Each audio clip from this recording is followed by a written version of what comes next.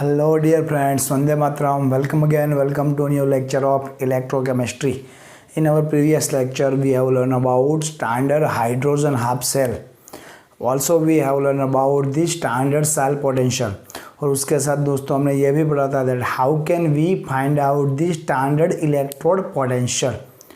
Standard electrode potential or the potential of the half cell in the term of standard reduction potential is known as a standard electrode potential. उसके basis पे हमने एक table देखा था that is EMF series और we can say EMF table. तो आज दोस्तों वही ईएमएफ सीरीज या फिर ईएमएफ टेबल के रिलेटेड कुछ कंसेप्ट याद करने हैं और ये पूरे कंसेप्ट के रिगार्डिंग कुछ क्वेश्चन किस तरह से सॉल्व आउट हो सकते हैं वो देखने हैं. बट उससे पहले एक दो बात हम याद कर ले तो जो लास्ट लेक्चर में हुई थी but important for this lecture also, important for this whole chapter also actually. Okay, so how can we find out the standard cell potential E naught cell? So we can say E naught cell is equal to E0 or E naught reduction cathode minus E naught reduction anode, or on the basis of standard oxidation potential E naught cell is equal to E naught oxidation potential of anode minus E naught oxidation potential of cathode. वहाँ पे दोस्तों anode cathode change हो जाएगा. तो हमने ये किसके basis पे प्रिपेयर करा था? उसका बेस था दोस्तों ई नॉट सेल रिडक्शन और E naught reduction is equal to E naught oxidation. दोनों इक्वल होते हैं but the difference is in symbol plus minus. So we can say E naught reduction for any particular half cell is equal to minus of E naught oxidation of that half cell. So दोनों का oxidation and reduction potential equal होगा standard potential, बस खाली कहाँ पे change होगा? Change in the symbol. For example for the copper E naught Cu plus 2 oblique Cu is equal to plus 0.34 volt.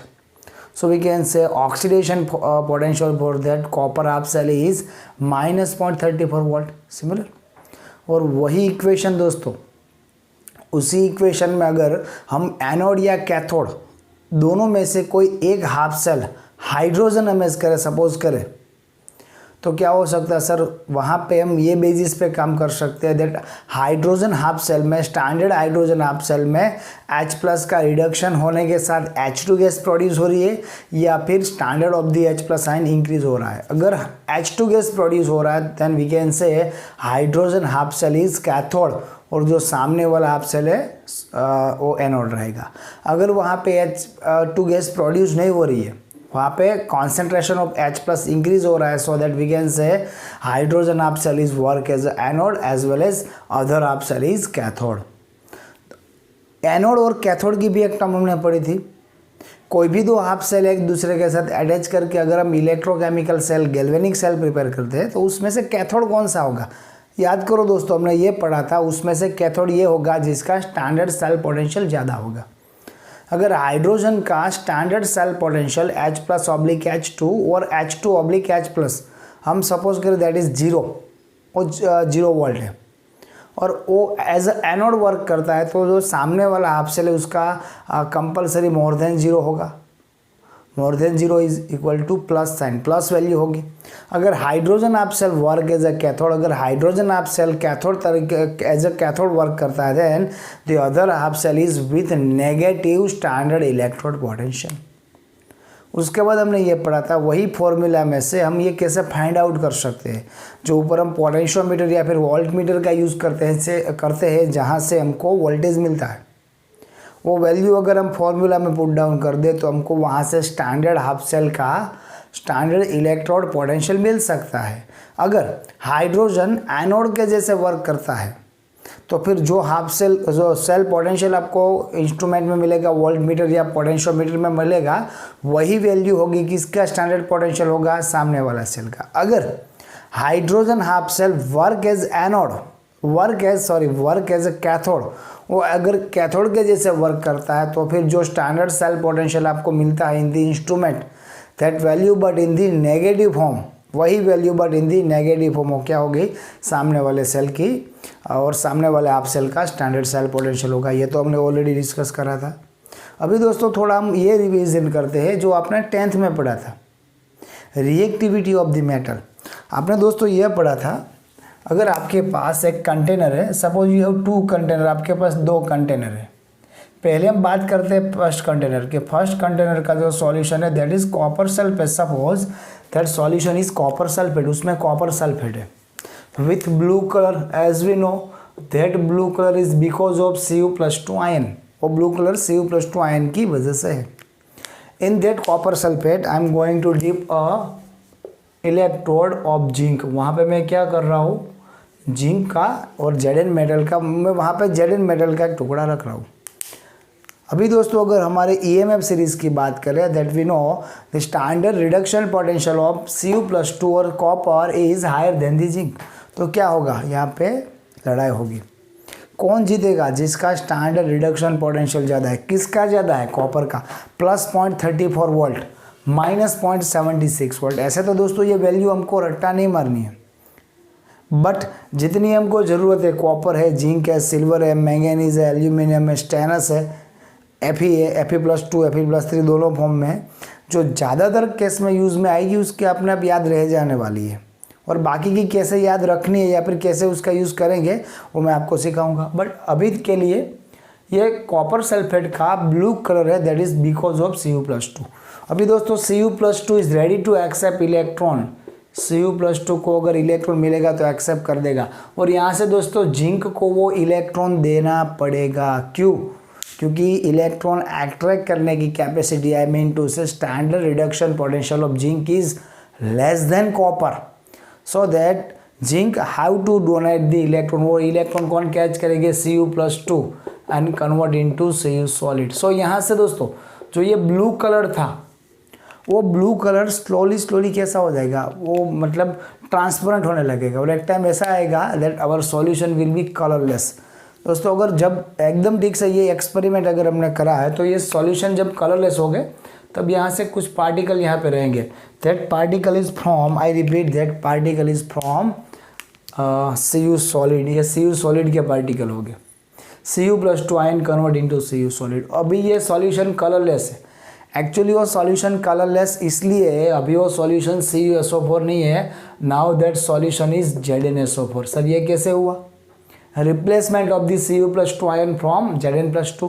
यहाँ से रिएक्शन होगी, Zn solid gives Zn+2 electron. सो ये रिएक्शन होगी कब होगी, जब Copper+2 उसका सॉल्यूशन हो और Zn+2 उसका रोड हो। इट मीन्स दोस्तों जब भी हम एक मेटल का सॉल्यूशन और एक मेटल का आयन फॉर्म और दूसरे को मेटल फॉर्म में, सॉलिड फॉर्म में अगर टच में लाए तो कभी रिएक्शन होगी और कभी रिएक्शन नहीं होगी। तो पहले हम ये देख लेते हैं कभी रिएक्शन होगी। अगर Copper+2 को और Copper+2 के सॉल्यूशन में मैं जिंक को डिप करता हूँ तो रिएक्शन हो रही है। अगर सिमिलर यहाँ पे दोस्तों मैं जिंक सल्फेट का ZnSO4 सॉल्यूशन पहले से ले लूँ और इसके अंदर अगर मैं कॉपर रोड डिप करूँ, यहाँ पे कॉपर रोड डिप करूँ, देयर इज़ नो रिएक्शन, वहाँ पे कुछ रिएक्शन नहीं होगी। सो इट मीन्स वो जो EMF टेबल था, आई रिपीट, ये जो EMF टेबल है, in this particular EMF table जिसका स्टैंडर्ड रिडक्शन पोटेंशियल और इलेक्ट्रोड पोटेंशियल ज़्यादा है, अगर वो आयन फॉर्म में हो और जिसका कम है, कंपैरिजन में कम है और सॉलिड फॉर्म में हो, तभी रिएक्शन होगी। Cu+2 is plus 30.34 volt is higher than minus 0.76 volt. So reaction हो रही है। यहाँ पे Zn+2 और Cu सॉलिड है तो Cu सॉलिड से Zn+2 अपने खुद के इलेक्ट्रॉन नहीं ले सकता। क्यों नहीं ले सकता, क्योंकि the power of the Zn+2 is less then Cu, तो नहीं होगी। सो इसके अपोजिट दोस्तों कैसे क्वेश्चन होंगे, क्वेश्चन कुछ इस तरह से होंगे, इनमें से कौन कौन से मेटल का particular from that solution displacement possible है और डिस्प्लेसमेंट पॉसिबल नहीं। आपको सिंपली दोस्तों ये करना है, जो भी मेटल का रोड और जो भी सॉल्यूशन दिया गया है, अगर सॉल्यूशन में जो आयन है वो आयन का स्टैंडर्ड रिडक्शन पोटेंशियल अगर वो मेटल से ज़्यादा है तभी डिस्प्लेसमेंट होगा। अगर जिसका standard reduction potential, standard electrode potential ज़्यादा है और उसका रोड हुआ, उसका मेटल हुआ, वो एज ए इलेक्ट्रोड फॉर्म में हुआ, तब रिएक्शन नहीं होगी। कॉपर का ज़्यादा है और कॉपर यहाँ पे सॉलिड फॉर्म में, रिएक्शन नहीं हो रही है। कॉपर का ज़्यादा है बट यहाँ पे आयन फॉर्म में रिएक्शन हो रही है। So our question is, can you store copper sulphate solution in a zinc pot. आपको ये क्वेश्चन दे रहे, ये आपका जिंक पॉट है, मतलब ये जो आपका कंटेनर है वो कंटेनर की ये जो वॉल है that is made by zinc metal, और इसके अंदर जो सॉल्यूशन हमने भरा है that solution is CuSO4। This is possible और नॉट? सर ये पॉसिबल नहीं है, थोड़ी देर में हमारा जो कंटेनर है वो डिकम्पोज होना स्टार्ट हो जाएगा, because that container is from zinc metal and the standard reduction potential of zinc metal is less than Cu+2. So here zinc have to donate the electron, zinc have to oxidize and convert into Zn+2. तो sir यहाँ पे जितना container का Zn+2 है, Zn solid है, वो धीरे धीरे क्या होगा, convert into Zn+2 ion, so container decompose होगा. So we can say we can not store copper sulphate solution in a zinc pot. Copper sulphate solution को हम जिंक पॉट में स्टोर नहीं कर सकते. ये तो यहाँ पे अगर यहाँ पे मैं क्वेश्चन ऐड करूँ तो फिर कौन से कंटेनर में आप स्टोर कर सकते हो? अगेन से मैं उसको स्टोर कर सकता हूँ if this container is made from Ag, अगर ये और इसके अंदर सिमिलर सॉल्यूशन कॉपर सल्फेट है, अगर ये Ag सिल्वर मेटल का बना हुआ है तो ये वहाँ पे स्टोरेज पॉसिबल है, because the standard electron potential for Ag is +0.80 volt which is higher than Cu से ज़्यादा है, तो यहाँ पे स्टोरेज होगा, रिएक्शन नहीं होगी. यहाँ पे सॉल्यूशन का जो आयन है उसका इलेक्ट्रोड पोटेंशियल ज़्यादा है, सो रिएक्शन होगी. Because of that reaction container decompose होगा. So we can not store copper sulphate solution in a zinc pot, but in Ag pot is possible. Okay, आगे बढ़ते हैं दोस्तों. अभी जो क्वेश्चन शुरू होने वाले हो सभी क्वेश्चन का बेस एक तो मैंने यहाँ पे आपको क्लियर कराया उसमें से, या फिर लास्ट लेक्चर में हमने जो पढ़ा था उसके बेसिस पे होगा, या फिर आगे के 1, 2 और 3 लेक्चर है उन सभी का कॉम्बिनेशन करने के बाद भी हम ये कर सकते हैं. ओके, और यहाँ पे दोस्तों एक पॉइंट में हम बीच में से रुक गए थे, अभी मैं ये कहने वाला था कुछ ऐसे भी क्वेश्चन हो गए, आपको सीरीज दे रखी होगी और वहाँ पे कौन कौन सा डिस्प्लेसमेंट पॉसिबल है और कौन सा डिस्प्लेसमेंट पॉसिबल नहीं है वो आपको फाइंड आउट करना है. सो सिंपली दोस्तों इतना ही करना है, जिसका स्टैंडर्ड रिडक्शन पोटेंशियल और इलेक्ट्रोड पोटेंशियल ज़्यादा है, अगर वो आयन फॉर्म में हुआ तो डिस्प्लेसमेंट पॉसिबल है, अगर वो सॉलिड फॉर्म में हुआ तो डिस्प्लेसमेंट पॉसिबल नहीं है. यहाँ पे क्यों पॉसिबल नहीं है?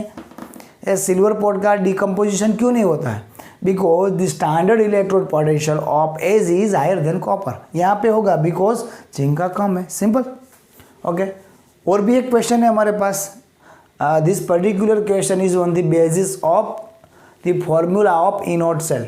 How would you determine the standard potential of system Mg+2 oblique Mg. So in a simple language we are trying to find out E0 Mg+2 oblique Mg. इसको हम कैसे फाइंड आउट करेंगे? सिंपली सर अगर किसी भी standard half cell का, आई repeat, किसी भी स्टैंडर्ड हाफ सेल का इलेक्ट्रोड पोटेंशियल आपको फाइंड आउट करना है, you just have to attach that standard half cell with hydrogen, standard hydrogen half cell, standard hydrogen half cell के साथ कनेक्ट करो. अगर वहाँ पे हाइड्रोजन बबल बन रहा है इट मीन्स हाइड्रोजन कैथोड होगा, सो ये एनोड बनेगा. हाइड्रोजन का अगर पोटेंशियल 0 है तो इसका नेगेटिव होगा. अगर वहाँ पे हाइड्रोजन बबल नहीं बन रहे, कॉन्सेंट्रेशन ऑफ H+ इंक्रीज हो रहा है, सो हम ये कहेंगे that standard hydrogen half cell is anode और ये हुआ कैथोड. अगर उसका 0 है तो ये पॉजिटिव होगा. सो जब भी दोस्तों मैग्नीशियम को, I repeat, Mg+2 oblique Mg standard half cell को हाइड्रोजन के साथ अटैच करते हैं, वहाँ पे H2 गैस के बबल बनते हैं. इट मीन्स H2 हुआ कैथोड, इट मीन्स ये हुआ एनोड, इट मीन्स इसकी वैल्यू होगी नेगेटिव. नेगेटिव होने के बाद क्या करते हैं, वही गैल्वेनिक सेल के साथ हम वोल्टमीटर या फिर पोटेंशियोमीटर अटैच करेंगे. पोटेंशियोमीटर में जो रीडिंग मिलेगा उसके बाद हम फॉर्मूला यूज करेंगे. Which formula? E0 cell is equal to E0 reduction cathode minus E0 reduction anode. और वी कैन से अगर वहाँ पे कैथोड हाइड्रोजन हाफ सेल है सो वी कैन से E0 H+ oblique H2 minus E0 Mg+2 oblique Mg. Anode पे reaction होगी oxidation, but हम यहाँ पे लिखते हैं रिडक्शन पोटेंशियल. अभी दोस्तों क्या होने वाला है, ये जो वैल्यू है Suppose this value is minus 2.36 volt. So we can say minus 2.36 volt is equal to 0 minus E not mg plus 2 oblique mg। Sir ये कैसे हुआ? हाइड्रोजन का तो 0 है। आई रिपीट, हाइड्रोजन का तो 0 है। सो H plus oblique H2 is 0 is minus E naught mg plus 2 oblique mg. So we can say minus 2.36 is equal to minus E naught mg plus 2 oblique mg। आगे क्या करना है दोस्तों? आगे और कुछ नहीं करना है हमको। यहाँ पे जो वैल्यू है, सॉरी यहाँ पे प्लस 30 पॉइंट, माइनस में जनरेट नहीं होगा, सॉरी यहाँ पे अगर मैंने गलती कर दी है तो मैं करेक्ट कर रहा हूँ। पोटेंशियल सेल से कभी नेगेटिव तो जनरेट होगा नहीं, सॉरी प्लस 2.36 जनरेट हो रहा है। सो we can say E naught cell is equal to plus 2.36 plus 2.36 volt is equal to minus E naught M G plus 2 oblique M G. So we can say E naught M G plus 2 oblique M G is equal to minus 2.36 volt. जैसे दोस्तों हमने last lecture में पढ़ा था, किसी भी आप cell का आप स्टैंडर्ड रिडक्शन पोटेंशियल और इलेक्ट्रोड पोटेंशियल फाइंड आउट कर सकते हो with the help of standard hydrogen half cell. So यहाँ पे दोस्तों आपको सिंपली आंसर लिखना है that we can determine the standard potential of the system of M G plus 2 oblique M G with the help of standard hydrogen half cell. Particular for that standard hydrogen half cell, उसके साथ attach करने के बाद जो galvanic cell मिलेगा उसका voltage and the formula E naught cell is equal to E naught H plus oblique H two minus E naught M G plus 2 oblique M G. इसको हम फाइंड आउट कर सकते हैं, वो आप लिख सकते हैं। उसके बाद फ्रॉम द EMF सीरीज, दोस्तों ये थोड़ी जगह बचाने के लिए मैंने यहाँ पे क्वेश्चन की थोड़ी लैंग्वेज चेंज की है, सो ये सेंटेंस थोड़ा शॉर्ट हो गया। जो EMF सीरीज, जो EMF टेबल है, from that EMF table, I repeat from that EMF table, EMF table से आपको क्या करना है? Suggest 3 substance that can oxidise ferrous ion into under suitable condition. दोस्तों ये आपको क्या किया है, इसका क्लियर ये कहना है हमारे पास पहले से Fe+2 है और इसको और ऑक्सीडाइज करना है। सो Fe+2 को अगर आगे ऑक्सीडाइज करें then Fe+2 convert into Fe+3 electron. So I mean to say हमको यहाँ पे ये करना है, Fe+2 को ऑलरेडी जिसने 2 इलेक्ट्रॉन डोनेट कर रखे अभी और 1 इलेक्ट्रॉन डोनेट करना है। यहाँ पे जिंक कॉपर के सामने इलेक्ट्रॉन डोनेट कर रहा है बिकॉज जिंक का स्टैंडर्ड रिडक्शन पोटेंशियल कॉपर से कम है। सो जिसका कम होगा वो इलेक्ट्रॉन डोनेट करेगा, ऑक्सीडाइज होगा। Fe+2 Fe+3 में कब कन्वर्ट होगा? और 2 इलेक्ट्रॉन और 1 इलेक्ट्रॉन कब डोनेट करेगा? जब सामने वाले हाफ सेल का स्टैंडर्ड इलेक्ट्रॉन पोटेंशियल ये Fe+3 ऑब्लिक Fe+2 इससे ज़्यादा हो, क्योंकि रिएक्शन तो यही है। सो ये वैल्यू कितनी है? That value is 0.77 volt. So from this EMF table, I repeat from this given EMF table, जिसकी भी वैल्यू, I repeat जिसकी भी वैल्यू इसके स्टैंडर्ड पोटेंशियल से ज़्यादा है, इसके स्टैंडर्ड पोटेंशियल से कैसी है? ज़्यादा है, वो सभी के सामने ये ऑक्सीडाइज होगा। इससे कम है उसके अगेंस्ट इसका ऑक्सीडेशन पॉसिबल नहीं है, ये रिड्यूस होगा। ओके तो बस सिंपली दोस्तों EMF सीरीज से फाइंड आउट कर लो ऐसे कौन कौन से मेटल है या फिर मेटल हाफ सेल है जिसका standard reduction potential, standard electrode potential is higher than Fe+3 oblique Fe+2। Simple. Now ये क्वेश्चन दोस्तों इंटेक्स क्वेश्चन थे और इसी के बेसिस पे MCQ भी आते हैं इन कॉम्पिटिटिव एग्जाम ऑल्सो। यही फंडामेंटल यूज करके आपको MCQ सॉल्व करने होते हैं। So question from the exercise, arrange the following metals in the order in which they displace each other from the solution of their salt। उसके salt में से एक दूसरे को कब डिस्प्लेसमेंट कर सकते हैं? अगर दोस्तों मैं सीरीज बनाता हूँ Fe और Cu की, Fe और Cu, Fe+2 oblique Fe, Cu+2 oblique Cu, तो सर ये Cu इजीली Fe के सामने रिड्यूस होगा, डिस्प्लेसमेंट होगी। Cu+2 convert into Cu solid easily convert होगा और Fe को क्या करना पड़ेगा? इलेक्ट्रॉन डोनेट करना पड़ेगा। क्यों? क्योंकि Cu का स्टैंडर्ड रिडक्शन पोटेंशियल सबसे ज़्यादा है, दैट इज प्लस 0.34 वोल्ट, वो आपको याद है। इसी तरह से अगर कंपैरिजन करें Zn और Fe की, सर जिंक का तो अभी हमको याद है, value of Zn is -0.76 volt. So Fe+2/Fe is -0.44 volt. कौन सी ज़्यादा हुई? -0.44 वोल्ट। सो जैसे कॉपर Fe के इलेक्ट्रॉन ले सकता है वैसे ही Fe+2 Zn के इलेक्ट्रॉन ले सकता है। कॉपर ये दोनों के ले सकता है। जैसे Fe जिंक के इलेक्ट्रॉन ले सकता है उसी तरह से एल्यूमिनियम के भी ले सकता है और मैग्नीशियम के भी ले सकता है। कॉपर ये सारों के ले सकता है, जिंक ये दोनों से ले सकता है, एल्यूमिनियम Mg से ले सकता है। और यहाँ पे जितने दे रखे हैं उनमें से किसी से भी इलेक्ट्रॉन मैग्नीशियम नहीं ले सकते, Mg+2 इलेक्ट्रॉन ले नहीं सकता। क्यों? सबसे कम स्टैंडर्ड रिडक्शन पोटेंशियल। सर ये कहाँ पे लिखा है? सी इन दिस EMF सीरीज लिखा है, ये सबसे कम वैल्यू है। क्लियर है? ये वैल्यू सबसे कम है, -2.36 और 37 वोल्ट। ओके, अभी दोस्तों आगे और एक क्वेश्चन है।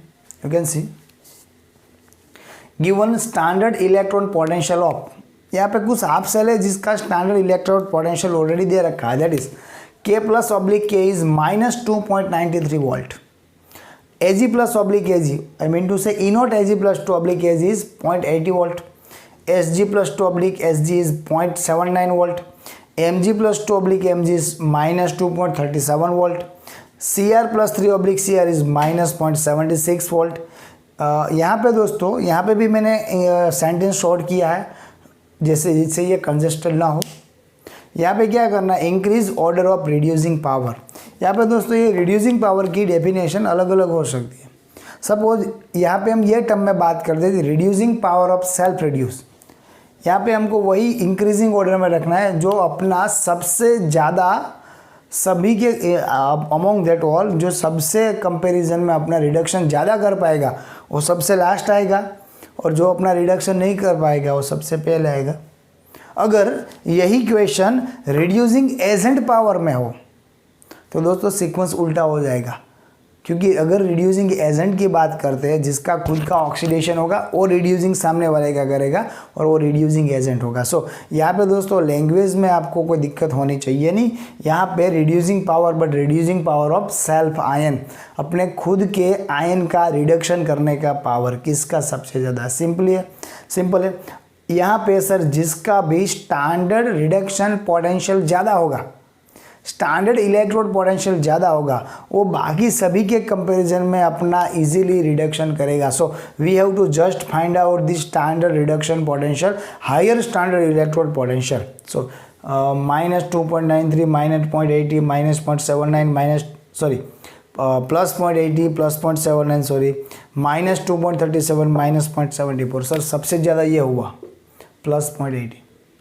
तो अगर मैं यहाँ पे खुद का रिड्यूसिंग पावर की बात करूँ मेटल की, तो Ag among that all metal Ag ऐसा मेटल रहेगा जिसका खुद का रिडक्शन करने की कैपेसिटी सबसे ज़्यादा होगी, खुद का रिडक्शन जल्दी करेगा।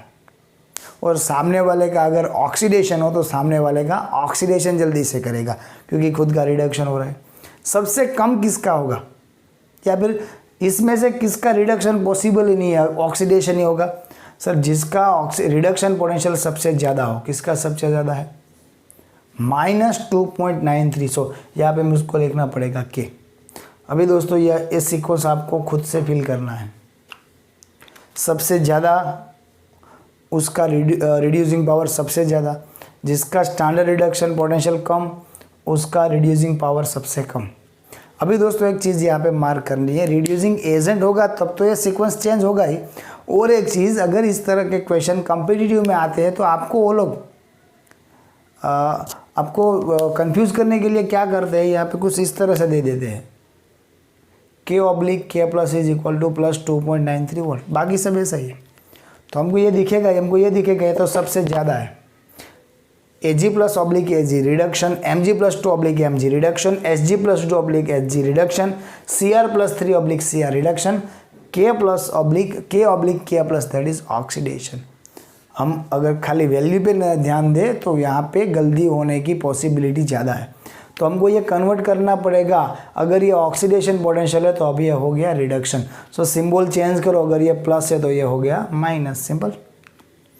तो इस तरह से दोस्तों हम सीक्वेंस सेट कर सकते हैं और इस टाइप के क्वेश्चन आपके एग्जाम में आ सकते हैं, ऑलरेडी आ चुके हैं। सो इसको सॉल्व आउट करने में दोस्तों कोई दिक्कत होनी चाहिए नहीं। अभी लास्ट क्वेश्चन है, last question from the exercise from particular this topic that we are going to discuss. Okay, वो अभी हम दोस्तों देखने जा रहे हैं। Okay friends, so last question for the given galvanic cell, in the given galvanic cell the reaction is Zn solid convert into Zn plus 2.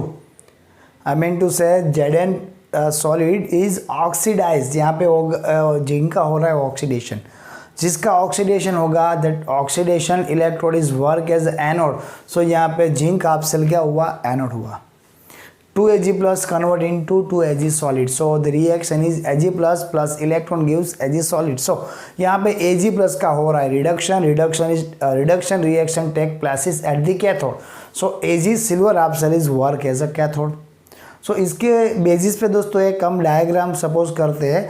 अगर ये हाफ सेल प्रिपेयर करते हैं तो हाफ सेल का क्या डायग्राम होगा सर, यहाँ पे होगा solution in which Zn plus 2 is there और यहाँ पे क्या होगा, जिंक होगा। In the second container Ag plus ion is there और यहाँ पे क्या होगा, Ag होगा। इसको अगर हम अटैच करते हैं विद दी मेटेलिक वायर और यहाँ पे दूसरा सेकंड कनेक्शन होगा from the salt bridge for the neutralisation of charge of both half cell. Reaction के बेसिस पे तो यही होगा क्योंकि यहाँ पे जिंक का ऑक्सीडेशन हो रहा है, ऑक्सीडेशन इज एनोड और ये होगा कैथोड। इसके बेसिस पे दोस्तों अलग अलग क्वेश्चन हो सकते हैं। यहाँ पे 3 क्वेश्चन दे रखे हैं, 3 से ज़्यादा भी हो सकते हैं। ओके, जो भी पॉसिबल क्वेश्चन है उसकी बात हम करने वाले हैं। You can C which of the electrode is negatively charge. Negative charge कहाँ पे जनरेट होता है, हमने आगे ऑलरेडी पढ़ा है। Negative charge is generated at anode, anode पे होगा। सो कौन सा हम कह सकते हैं, जिंक इलेक्ट्रोड और anode electrode. The carriers of the current in cell, जितना भी यहाँ पे करंट प्रोड्यूस हो रहा है दैट ऑल करंट इज, अगर हम आउटर की बात करें, not in the cell, solution की बात ना करें, बट अगर आउटर सीरीज की बात करें तो वहाँ पे क्या होगा सर, ये इलेक्ट्रॉन वायर के बेसिस पे ही करंट फ्लो करेगा और वो किसकी वजह से होगा, फॉर द इलेक्ट्रॉन वो पूरा करंट लेके जाएंगे। अगर हम सेल के अंदर की बात करें तो सेल के अंदर करंट कौन फ्लो करता है, किसके साथ करंट पास होता है, which are the carriers of the current in the cell. Cell के अंदर कैरियर कौन है, आपने दोस्तों 11th में और 10th में पढ़ा है इन दी इलेक्ट्रोलाइटिक सेल। आपने गैल्वेनिक सेल, केमिकल सेल तो पढ़ा ही नहीं है, बट आपने दोस्तों वहाँ पे इलेक्ट्रोलाइटिक सेल पढ़ा है। In the particular that electrolytic cell the current carriers in the solution are nothing but the ions. यहाँ पे जो आयंस है वही, तो हम ये कह सकते हैं आयंस के वजह से करंट फ्लो होगा, दे आर दी कैरियर्स।